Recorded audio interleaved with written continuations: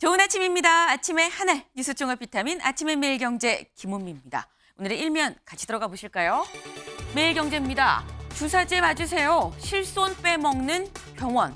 실손 보험금을 빼먹는 병원이다. 라는 얘기인 거죠. 여기 보겠습니다. 금감원 무분별 처방 경고를 할 예정이다. 라는 겁니다. 무슨 처방이 무분별하냐? 비급여 주사 보험금 2년 동안 무려 더블 2배로 늘어났다. 보니까 미용 목적의 주사들을 치료로 좀 둔갑시켜서 이 얘기를 했더라라는 겁니다. 미용 목적 주사, 배곡 주사, 마늘 주사 등등등 있죠. 아마 들으면 아실 거예요. 그런 미용 목적인데 치료로 둔갑시켜서 실손보험을 청구를 한 게 더블로 뛰었다라는 겁니다. 그런데 이 문제 금감원 지금 일단 병원에 직접적으로 좀 이 타격이 가는 그런 문제겠죠. 하지만 이 부분을 좀 보겠습니다. 금감원은 비급여 주사제 처방과 관련해 소비자 경보를 조만간 발령한다. 금융 소비자들이 그릇된 처방에 편승하면 실손보험금을 아예 못 받을 수 있다는 경고다라는 겁니다. 네, 지금 이게 보험사 그리고 병원 해당 이런 이 잘못된 처방으로 이 신청을 하는 병원들의 문제가 아니라 나아가서 여기에 주사 맞으세요. 그래서 그럴까 하고 편승한 소비자들 보험금 못 받을 겁니다. 라는 것까지 나아갈 수 있다는 겁니다. 이 부분 좀 염두에 두셔야 될 것 같아요. 다음 기사 보겠습니다. 동아일보입니다.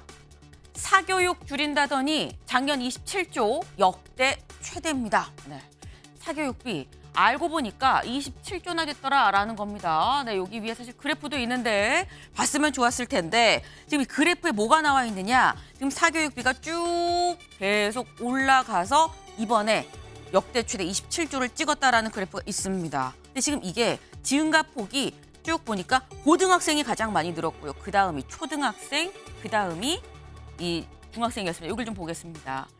초중고생의 사교육비 지출 중과율 8.2%인데 초등학생 4.2, 중학생 1%보다 고등학생이 8.2%로 가장 높았다.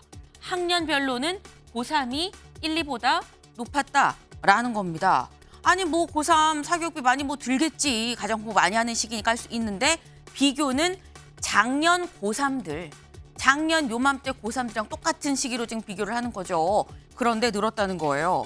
물론 물가가 올랐습니다. 그래서 교육비, 학원비도 올랐어요. 문제는 물가가 오른 폭보다 사교육비 지출 증가폭이 더 컸다라는 겁니다. 네, 분명히 킬러 문항 이거 다 잡겠다라고 얘기를 했었는데 왜 오른 거냐? 이게 일시적인 현상이고 점차 줄어들 거라고 하면 다른 방향입니다. 하지만 만약에 이 추세가 계속 간다라고 하면 현재 정책에서도 뭔가 보완할 부분이 있다는 얘기인 거겠죠. 앞으로의 추이를 좀 봐야 될 것 같습니다. 다음 기사 볼까요? 한국일보입니다. 여 정우택 도태우, 야 정봉주 공천 취소. 공천 취소했어? 어제 밤사이 밤 10시가 넘어서 여야 앞다퉈 공천 취소를 발표를 했습니다. 요 얘기 저희가 잠시 뒤에 대담으로 좀 짚어보겠습니다. 다음 기사 볼까요? 경향입니다. 대통령실 조사한한 공수처가 문제.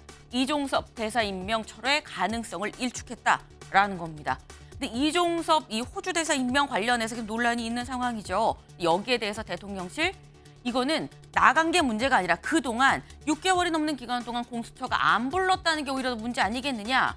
철회할 가능성이 없다는 점을 분명히 밝혔습니다. 네. 이 지금 여권에선 이종섭 리스크 요거 변수가 될 수 있다라는 얘기가 여권 내부에서도 지금 나오고 있는 상황이죠. 그러다 보니까 다음 기사 볼까요? 조선일보입니다. 이종섭 소환 통보 없어도 귀국 검토.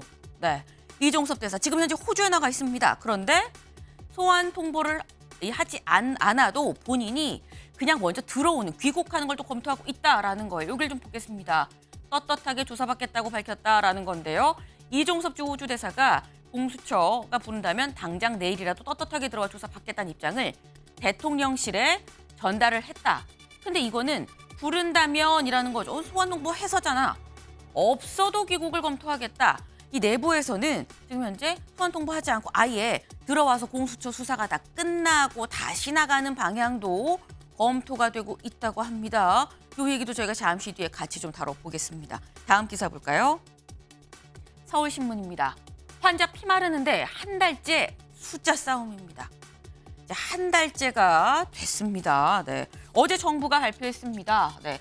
2,000명 확보하다 그리고 2,000명 곧 지역에 다 배분을 하겠다. 지역에 한 1,600명, 수도권에 400명 증원해서 이 숫자 실질적으로 배분을 하겠다라고 얘기를 했습니다. 근데 어제 의대 이 교수협회도 만나죠. 그리고 오늘도 또 만납니다. 의대 교수협회 오늘까지 확실하게 우리가 오는 18일 날 사직서 내고 이 중단할지 안 할지 여부를 결정을 하겠다라고 얘기를 하고 있죠. 아마 오늘 중으로 결정을 한다고 했으니까 이 부분도 좀 지켜봐야 될 부분인데 문제는 간극이 좁혀지지 않는 그야말로 피 마르는 숫자 싸움이 한 달째 계속되고 있다는 게 진짜 문제입니다. 지금 의정 두 쪽 다 염두에 좀 둬야 될 부분 아닌가 싶네요. 다음 기사 보겠습니다. 다음 사진 기사예요. 네, 뿌연 하늘입니다. 네, 어제 따뜻했죠. 따뜻했는데 이 봄 기운이 혼자 안 오고 미세먼지 손을 잡고 왔습니다. 그래서 이렇게나 뿌옇고 목도 좀 컬컬한. 그래서 오늘도 근데 이 미세먼지 계속될 것 같아요. 마스크를 좀 챙기셔야 되겠다라는 말씀을 드리는데 더불어서 뒤이어 날씨 기사 하나 더 볼까요? 어제 또 따뜻하고 오늘도 따뜻하고 그럼 주말엔 따뜻한 봄 날씨 이어지는 주말. 주말에도 따뜻합니다. 낮 최고 기온 20도까지 올라간다고 해요. 하지만 아까 말씀드렸죠. 봄 기운이 손잡고 온 아이 미세먼지가 주말에도 여전히 계속된다라고 합니다. 그러니까 마스크를 좀 잘 쓰셔야겠다. 다만 18일, 다음 주 월요일부터는 또 다시 최저 기온이 영하권으로 들어간다고 하니까요. 오늘 아침 출근길엔 마스크 챙기시고 그리고 월요일 출근길엔 패딩을 또 챙기셔야겠다라는 말씀을 드립니다. 더불어서 오늘 아침 출근길 신경 쓰셔야 될 사안 요거 하나 더 있습니다. 지금 현재 3호선 지하철 타고 출근하시는 분들 현재 이 3호선 지하철이 이 원흥에서 원당까지 정전이 돼서 운행이 지금 차질이 빚어지고 있다고 하니까요. 출근하시는 분들 지하철 말고 우회해서 하시는 것도 좀 권유를 드립니다. 네, 저희 아침의 매일경제 뉴스 종합 비타민 언제나처럼 TV로 좀 크게 보시다가요. 궁금한 점은 유튜브 댓글로 남겨주시면 같이 좀 얘기를 해보겠습니다.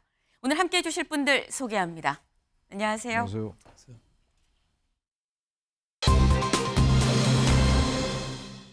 네, 저희가 사실 이 키워드 전에 저희가 요 기사를 하나 보여드리려고 했어요. 네, 키워드 들어가기 전에 여야 읍참마속의 시간입니다. 네, 어제 밤 10시가 넘어서 여야 공천 취소 발표가 연달아 나왔습니다.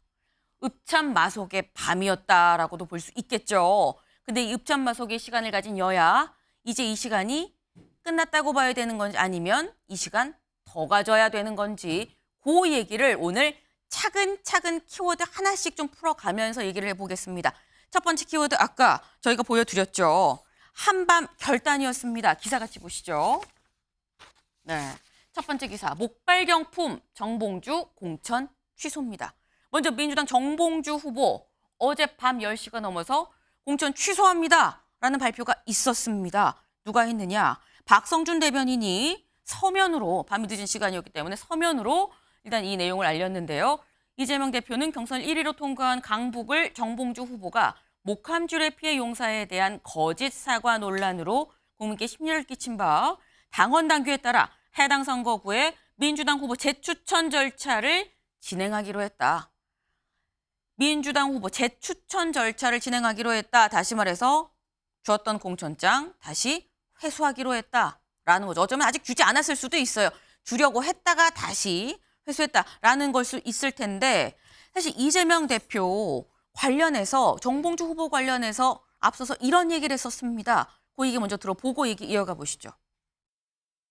민주당 후보 한 분이 과거 아주 오래전에 그 특정한 발언을 한 것에 대해서 본인이 당시에 이미 발언 직후에 사과했고 그 영상도 즉각적으로 내려놨기 때문에 잘못했지만 사과드렸고 아주 많은 세월이 지났다는 점 양해를 부탁드립니다. 문제의 심각성을 저도 인지하고 있습니다. 정치인이란 모든 것에 대해서 책임지는 것입니다. 정확하게 사안을 파악해서 상응하는 대책들을 강구해 나가겠습니다. 일단 우리 국민들의 눈높이에서 사안을 바라보도록 하겠습니다. 네. 이재명 대표 분명히 그제인가요? 그제 13일에는 지금 반성하고 있고 그 과거 일 아니겠느냐라는 취지로 얘기를 했었습니다. 그런데 뒤은 어제 발언, 어제 국민 눈높이를 얘기를 했습니다. 사실 이렇게 좀 기류가 바뀐 것 같다.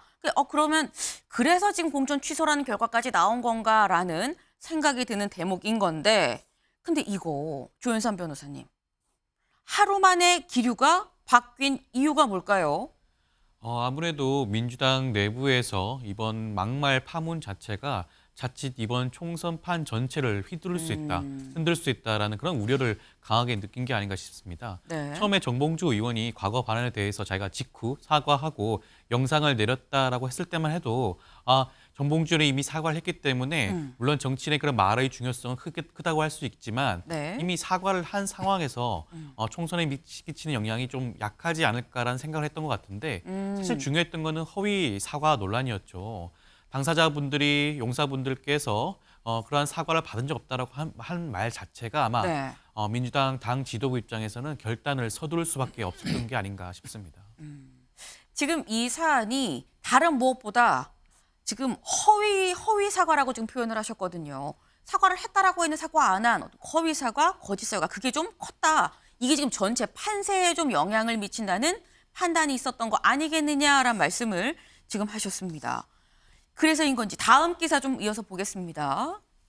오늘 한국일보는 이렇게 제목을 지금 뽑았어요. 정봉주 거짓 사과 치명적, 선거 망칠라 한밤 결단. 지금 조현선 변호사님이 해주신 말씀과 일맥상통하는 지금 그런 얘기입니다. 거짓 사과가 좀 치명적이었다라는 겁니다. 거짓 사과. 왜 거짓 사과라고 지금 얘기가 허위 사과, 거짓 사과 얘기가 왜 나오는지 좀 보겠습니다. 사실 이 사안이 좀 불거지고 난 다음에 지난 13일에 목발 경품 발언 직후에 당사자한테 직접 유선상으로 사과를 드렸다라고 얘기를 했습니다. 근데 당사자들이 나는 그런 사과 받은 적 없는데 무슨 말입니까? 라고 이의를 제기했죠. 어제 사고 경험이 있는 당시에 본인에 대해서 이 본인의 발언에 대해서 비판했었던 이종명 의원한테 유선상으로 사과를 했다.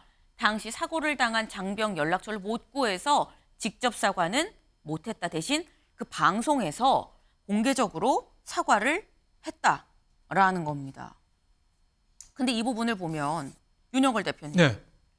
전화번호를 못 구해서 직접 사과를 못했다.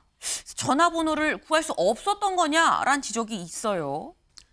거짓말을 한 거니까 선거법상 허위사실 유포가 되는 겁니다. 그러니까 이 DMZ에서 그 2015년에 청년들이 목함 지뢰를 받아서 발목이 나갔잖아요. 근데 그거를 관광상품 만들어 가지고 그 지뢰 밟은 사람한테는 발목을 선물로 주자. 이것도 참 우리나라로서는 있을 수 없는 참 너무 심한 막말이에요. 막말인데 그걸 수습하는 과정에서 또 거짓말을 한 거죠. 직접 전화를 해서 사과를 했다고 그랬는데 네. 당사자 피해 그 군인들은 받은 적이 없다고 그랬잖아요. 그분들이 그 당시에 2017년 때는 현역으로 근무했을 때거든요. 그때 주소 아는 건 아무 문제도 아니었습니다. 인터넷에도 떠 있고 또 군부대에 전화 한 통만 하면 바로 알려줄 정도로 그 유명 인사가 됐었거든요. 그거를 연락이 안 돼서 못했다. 저렇게 거짓말한 거는 정봉주 의원이 정말 막판 끝판왕이고 막판인지 막말인지 욕설인지 막 구별이 안 갈 정도로 좀 많이 했는데 이번에는 거짓말까지 하는 좀 너무 심한 해서 어떻게 보면은 이재명 대표로 봐서는 오래됐다 그리고 사과했다 그러는데 이재명 대표까지 거짓말을 한 거 되니까 자칫하면은 불똥이 더불어민주당 이재명 대표까지 불똥이 튀니까 어제 서둘러서 수습을 한 것 같습니다. 지금 말씀은 이게 사실 작은 사안이 아닐 수가 있는 게 허위 사실로 인해서 공직선거법 위반으로도 볼 수 있는 사안 아니겠느냐. 이렇게 되면 사실 직접적으로 좀 선거에 영향이 갈 수도 있는 부분이긴 합니다. 그래서 좀 빨리 결단 내렸다. 아까 지금 전체 판세에 좀 영향을 미칠 것 같다. 그래서 빠르게 결단 내린 거 아니겠느냐라고 말씀을 하신 거랑 같이 이어지는 대목인 건데 근데 저희가 지금 정봉주 후보의 막말에 대해서 지금 얘기를 하고 있었죠. 근데 어제 하나 둘 또 다른 새로운 얘기들이 또 나오기 시작했습니다. 뭐냐? 다음 기사를 좀 볼까요? 막말 논란에 가정폭력 전과도 민주 정봉주 공천 백지화입니다. 저희가 사실 정봉주 후보에 대해서 이런 막말 저런 막말이 더 있는데요. 이런 논란 더 있는데 어떻게 되는 겁니까? 라고 어제도 사실 방송을 하긴 했었어요. 그런데 막말이 문제가 아니라 가정폭력 얘기도 나와요. 최창렬 교수님. 네. 사실 가정폭력으로 보니까 벌금 50만 원을 받았다는 게 또 새롭게 나왔더라고요. 가정폭력 얘기 들어보신 적 있습니까? 가정폭력 말씀드리기 전에 네. 저기 그 발목질을 밟은 거에 대한 그 막말 말씀 한마디 드릴게요. 지금 이제 민주당 박성준 대변인 얘기를 들어보니까 거짓사과 논란을 좀 핵심으로 꼽는 것 같아요. 막말 자체가 일단 문제입니다. 그게 본질인 것이지 그 위에 거짓사과 했다고 그래서 공천 취소한다. 전 그게 잘못된 것 같아요. 취소한 건 결과는 똑같은데 네. 그 막말 자체가 문제가 있다고 얘기를 하면서 거짓사과 얘기를 해야죠. 발표할 때 왜 그렇게 발표를 합니까? 그 막말이 별로 의미가 없는 것처럼 얘기하면서 그건 아니겠습니다만 거짓사과에 초점을 맞춘다는 게 일단 잘못됐다고 보고 일단 국회의원들 공직자들은 말이죠. 국민들의 도덕적 평균이라든지 일반적인 수준의 가장 보편적인 평균을 낮아지면 안 되고 지금 대한민국의 국회의원들이라든지 모든 분이 그런 건 아니겠습니다만 공직자들이 너무 이 일반 국민 일반의 평균에 못 미친 경우가 많아서 일단 말씀드리는 거고 지금 이제 정봉주 전 의원이 가정폭력 얘기도 나오고 있단 말이죠. 그리고 또 하나가 정봉주 전 의원은 이른바 이 말실수가 굉장히 많았어요. 많이들 이렇게 알려져 있지 않습니까? 그래서 공천을 취소했는데 이때 얘기가 나오겠습니다만 차제에 국회의원 총선거 이번에 말이죠. 네. 지금 도태우 변호사도 이제 공천 취소가 됐는데 여야 공천자들 전부 완전히 전수조사해가지고요. 최근 10년까지 그 이전까지 너무 심하고 2017년도 발언인데 이재명 대표가 과거 발언이 너무 오래됐다고 얘기하면 맞지 않아요. 10년 정도는 가야 돼. 2017년도는 지금부터 7년 전밖에 아니지 않습니까? 네. 10년 정도의 그 막말을 다 해서 아주 완전히 공천 취소시켜야 돼요. 그래야 이번에 막말을 완전히 막말했다가는 완전히 정치권에서 퇴출당하는 걸 완전히 보여줘야 돼요. 그러니까 정봉주 전 의원 이번 취소됐죠. 도태우 변호사 취소됐지 않습니까? 여야 한 명씩. 네. 지금 뭐 저기 장해찬은 뭐 지금 최고도 나와 있는데 꽤 많아요 지금. GS 지지라고 얘기하는 민주당 의원도 있습니다. 완전히 공천 취소해야 돼요. 그래야 이거 막말은 완전히 퇴출되겠구나 보여줄 필요가 있다. 그게 선거 과정의 의미입니다. 네. 저는 그 말씀 하나 꼭 드리고 싶어요. 네. 지금 말씀하신 게 민주당에선 뭐 과거에 잘못된 발언 했을 수 있는데 반성을 하고 하면 되는데 문제는 사과를 했다더니 이게 알고 보니 거짓이었다. 그게 문제다라고 했는데 문제의 방점이 잘못 찍혔다. 막말 자체가 문제다. 똑같이 공천 취소라는 결과 놓고서 왜 그런 말을 하느냐라고 지금 말씀을 또 하셨어요. 근데 지금 보면 일단 막말도 문제고요. 뭐 폭력 얘기도 있고요. 저희가 이 관련해서 여야가 다시 총선을 앞두고 불거진 막말 사례들이 좀 있습니다. 같이 좀 볼까요? 이겁니다. 먼저 지금 정봉주 처음에 이런 얘기가 있었죠. 처음에는 DMZ 발목질회, 이 목함질회 얘기를 해서 이게 처음에 논란이 됐었어요. 그런데 그거 말고 어제 저희가 말씀드렸던 게 이거였습니다. 댓글 이 채팅창을 보면서 벌레가 많이 들어왔나, 진보가 맞나, 보수가 맞나 이런 얘기를 했었던 부분도 저희가 어제 말씀을 드렸었죠. 근데 이런 것도 있었다는 겁니다. 대한민국 헌법 질서를 부정하는 자는 김정은 집단이다. 대한민국 심장부 종로에 똑같은 집단이 또아리를 틀고 있는데 이게 조계종의 현 추소다라고 얘기를 해서 논란이 굉장히 컸습니다. 그래서 관련해서 이걸 해명하는 기자회견을 또 했었어요, 당시에. 그때 모습 같이 보고 오실까요? 너네 오늘 중문실에서 나와서 내 얼굴 쳐다본 인간들 각오하고 있어? 가세요 이제. 이거 좀 나요. 밀지 말고 가세요. 왜 밀어봐요. 또 밀어봐. 왜 밀어 사람을? 네. 저 당시에 이제 해명을 하려고 기자회견을 하는 자리였었는데 옆에 있었던 이제 항의하는 신도들한테 제가 삐 소리가 나긴 했습니다. 욕설도 있었고요. 약간 이렇게 밀치는 상호간인지 모르겠습니다만 그냥 밀치는 그런 상황도 있었다. 그래서 저것 때문에 또 벌금 70만 원을 받았더라고요. 네. 근데 이게 성재준 위원님 보니까 가정 폭력건도 있고요. 이 조계종 발언으로 인해서 이때도 또 70만 원 받고 이게 말만이 아니라 약간 행동도 문제되는 게 좀 있었던 것 같습니다. 그러니까 이게 이쯤 됐으면은 정봉주 후보에 대한 어떤 인성의 문제까지도 거론될 정도로 이게 말뿐만 아니라 행동까지도 지금 계속해가지고 문제가 되고 있는데 모르겠습니다. 뭐 지금 이제 민주당 같은 경우는 불교계에 무슨 억한 심정이라도 있는 것인지 지난번에 또 정청래 의원 같은 경우는 봉이 김선단 이런 얘기해가지고도 논란되지 않았습니까? 근데 이번에 같은 경우도 또 보니까 지금 이제 정봉주 후보가 저렇게나 지금 뭐 폭력을 쓰는 거죠. 사실상 70만 원 지금 뭐 벌금까지도 받았으니까요.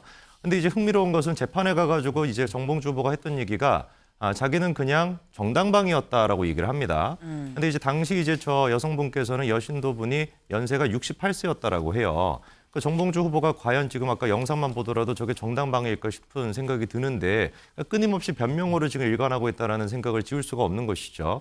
민주당이 지금 보여주고 있는 모습이 아까 전에 이제 읍참마속이라는 얘기도 나왔습니다만 글쎄요, 제가 보기에는 이게 읍참마속이 맞을까라는 생각이 듭니다. 마속을 친다라고 하는 행위만 있고 눈물을 머금고 있는 모습이 보이지가 않거든요. 애당초 제갈량이 뭐하러 마속을 쳤던 겁니까? 균율을 우리가 정확하게 위해서 규칙을 정확하게 세우기 위해 가지고 읍참마속을 했던 것인데 과연 저런 식의 모습을 봤었을 때 국민들이 규칙을 지금 정확하게 위해 가지고 마속을 치는 것인지 아니면 그냥 단순히 선거에 승리하겠다라는 생각, 여론의 눈치만을 보고서 마속을 치는 것인지 그거에 대해서 질문할 수밖에 없을 것 같아요. 거짓 해명과 관련된 논란도 저는 그런 일조라고 보는 것이고 이재명 대표 같은 경우도 처음에 이 문제가 더 심각해지기 전이라고 인식을 했던 것 같습니다만 뭐라고 얘기를 했었습니까? 과거 아주 오래전의 일이다. 그리고 아주 많은 세월이 지난 일이다. 몇 번이나 거쳐가지고 이게 옛날이라는 걸 강조를 했었거든요. 근데 그 얘기하기 직전에 김부겸 지금 공동선대위원장도 뭐라고 얘기했었습니까? 도태우 후보의 발언에 대해 가지고 문제 제기를 했었거든요. 그럼 도태우 후보의 발언 같은 경우는 옛날 얘기가 아니냐? 저는 개인적으로 도태우 후보의 발언도 문제 제기를 할 수 있다라고 봅니다. 문제 제기를 하겠다라고 한다면 두 가지를 다 문제 제기를 할 수 있어야 되는 것이지 하나는 우리 편이니까 오래된 얘기고 다른 쪽 같은 경우는 오래된 일이 아니니까 무슨 뭐 비판한다. 저는 이거는 설득력이 떨어진다고 봅니다. 네. 지금 뭐 문제가 읍참 마속인데 마속은 했는데 읍참인 것 같진 않다라고 또 말씀을 하셨어요. 네. 지금 사실 이게 뭐 저희가 뭐 오늘 쭉 지나면서 이제 차근차근 좀 다뤄보긴 하겠지만 뭐 여야 할 것 없는 상황이긴 합니다. 이렇게 보면은 지금 정봉주 후보만 얘기를 했는데 양문석 후보도 뭐 문제 있는 거 아니냐라는 얘기도 있어요. 수박 자체를 깨뜨려버리겠다라고 얘기를 하면서 공개적으로 출마 선언 때 이런 얘기를 했었던 거 이것도 문제 있는 거 아니냐. 저희가 뭐 이재명 대표 얘기도 잠시 뒤에 또 해보겠지만 뭐 설마 있지가 아니겠지 뭐 이런 얘기를 했었다라는 거. 여당은 또 괜찮냐? 여당 도태우 후보.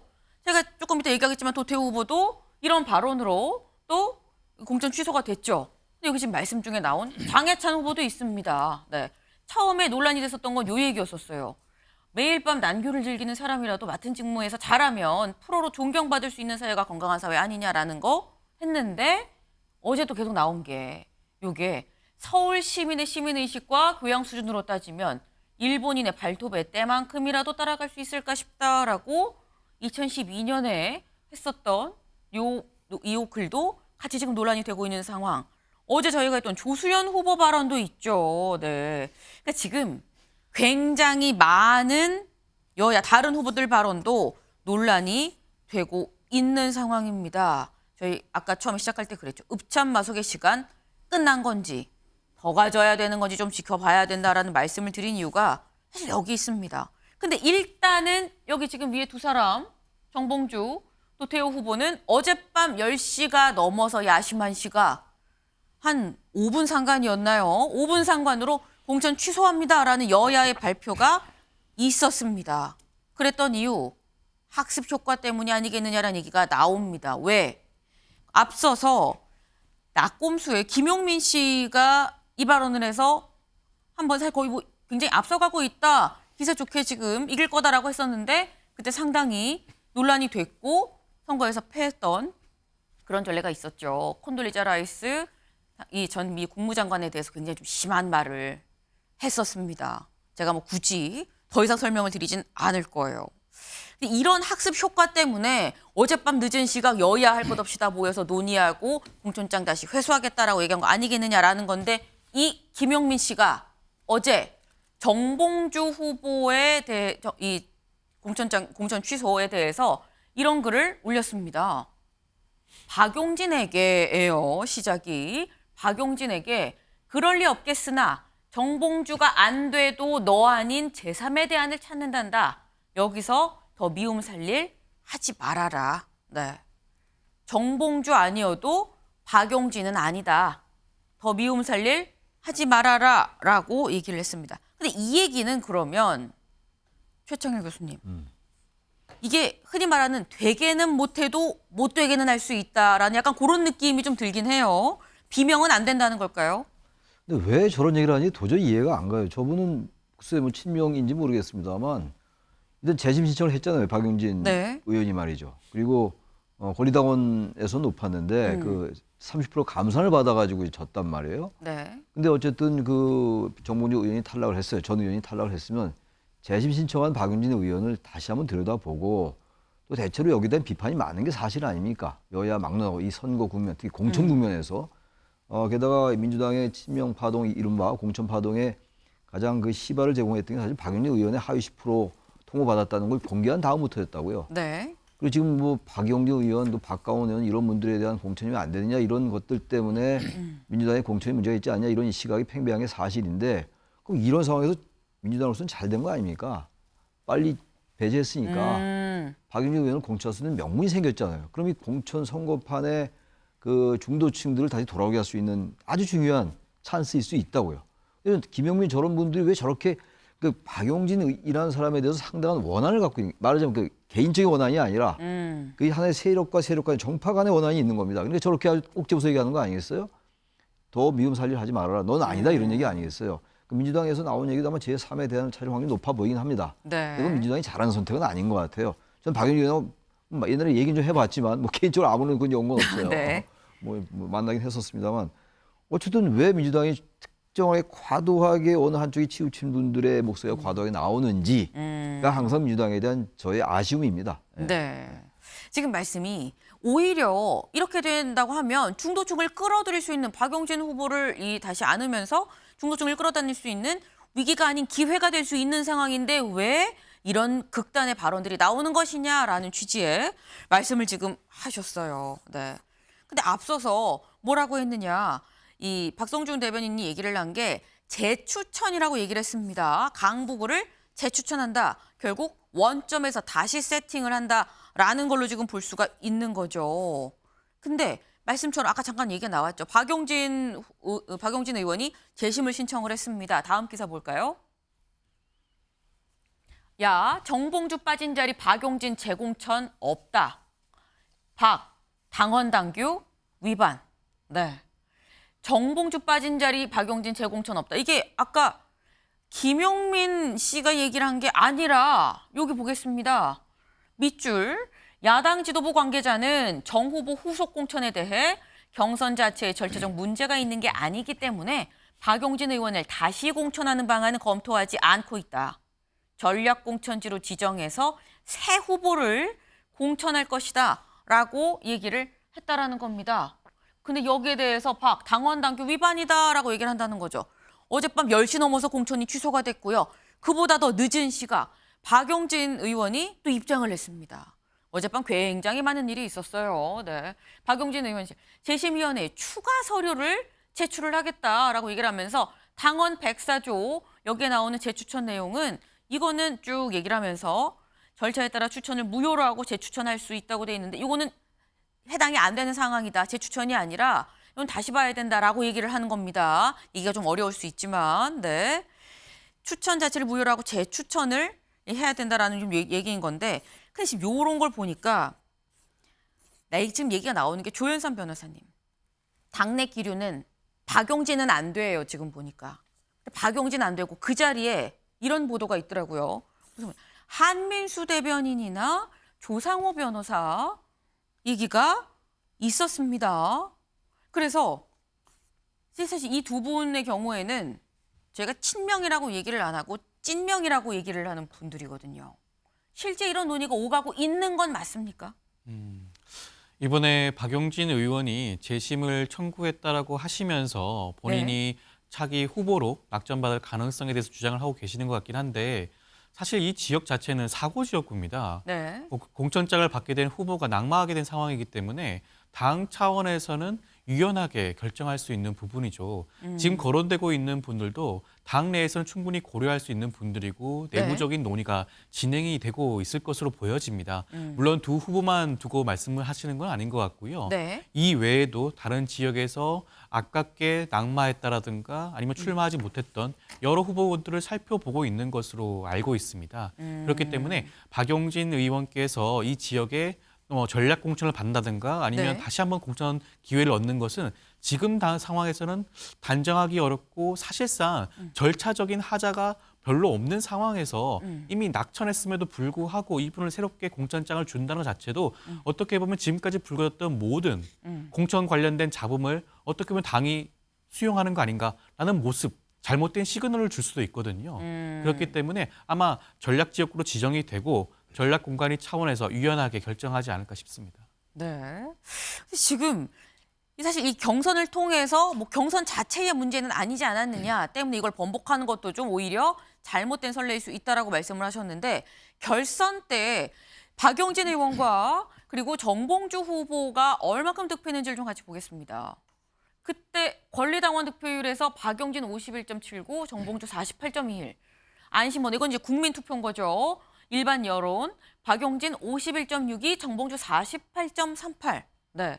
그러니까 이때 조금씩 박용진 의원이 좀 더 높았어요. 높았지만 하위 10%, 30% 감산 룰을 적용을 해서 정봉주 후보가 됐었던 건데 근데 이렇게 보면 정봉주 후보가 지금 안 되면 어쨌거나 근데 그 지역에서는 가장 좀 경쟁력 있는 사람이 박용진 의원이다라고 볼 수도 있는 거 아닌가라는 생각이 들거든요. 윤영걸 대표님. 근데 그러면 이기는 공천을 하려면 또 박용진을 줘야 되는 거 아닌가라는 얘기가 나올 수 있습니다. 그렇죠. 뭐 물처럼 흐르는 상선약수라는 말처럼 네. 물처럼 자연스러운 공천이라면은 이기는 공천하려면 박용진 현재 의원이니까 해야죠. 강북을이 굉장히 또 민주당이 강한데 아닙니까? 당연히 해야 되는데 지금 당 지도부에서는 사고 지역구로 정해가지고 네. 공천 끝났다. 공천 끝났다. 또 박용진 의원은 지금 재심 중이라 공천이 안 끝났다. 그러니까 박용진 의원은 나를 해줘야 된다는 얘기고 당에서는 네. 벌써 끝나니까 다른 사람을 찾겠다 했는데 제가 보기에는 이번에 공천에서 여러 가지 말이 많았잖아요. 예, 공천 학살이니 여러 가지 비명 행사니 말이 많았는데 이번에 강북을 정봉주 의원 전 의원이 물러난 게 어떻게 보면은 기상천외의 어떻게 보면 기회라고 저는 봐요. 민주당이 공천에 관한 여러 가지 나쁜 여론을 한 판에 엎을 수 있는 아주 좋은 기회라고 봐요. 전화위복이라고 봐요. 근데 지금 민주당이 그런 선택을 하지 않을 것 같아요. 왜냐하면 이번 민주당 공천을 보면은 선거 전체는 어떻게 될지 몰라도 내 편을 확실히 하겠다. 뭐 이런 전략 아니겠어요? 그러니까 찐명 위주로 공천을 하겠다는 전략이니까 당 전체로 봐서는 박용진 의원 이미지도 좋고 뭐 유치원 3법부터 지난 4년 전에도 서울 지역 1위 했잖아요. 그럴 정도인데 그런 사람을 떨어뜨리고도 친명 위주로 가겠다. 이런 식의 민주당 전략이면은 민주당이 수도권에서 상당한 영향을 받지 않을까 저는 이렇게 생각합니다. 네, 지금 윤영걸 대표님도 그렇고 최청열 교수님도 그렇고 이게 사실 전화위복의 기회다. 박용진 카드를 잡아야 된다라고 지금 말씀을 하셨어요. 오늘 이 논의가 어떻게 이어지는 건지 박용진 카드가 쓰일 수 있는 건지 버려지는 건지 오늘 좀 결정이 나지 않을까 싶습니다. 다음 키워드로 넘어가 볼까요?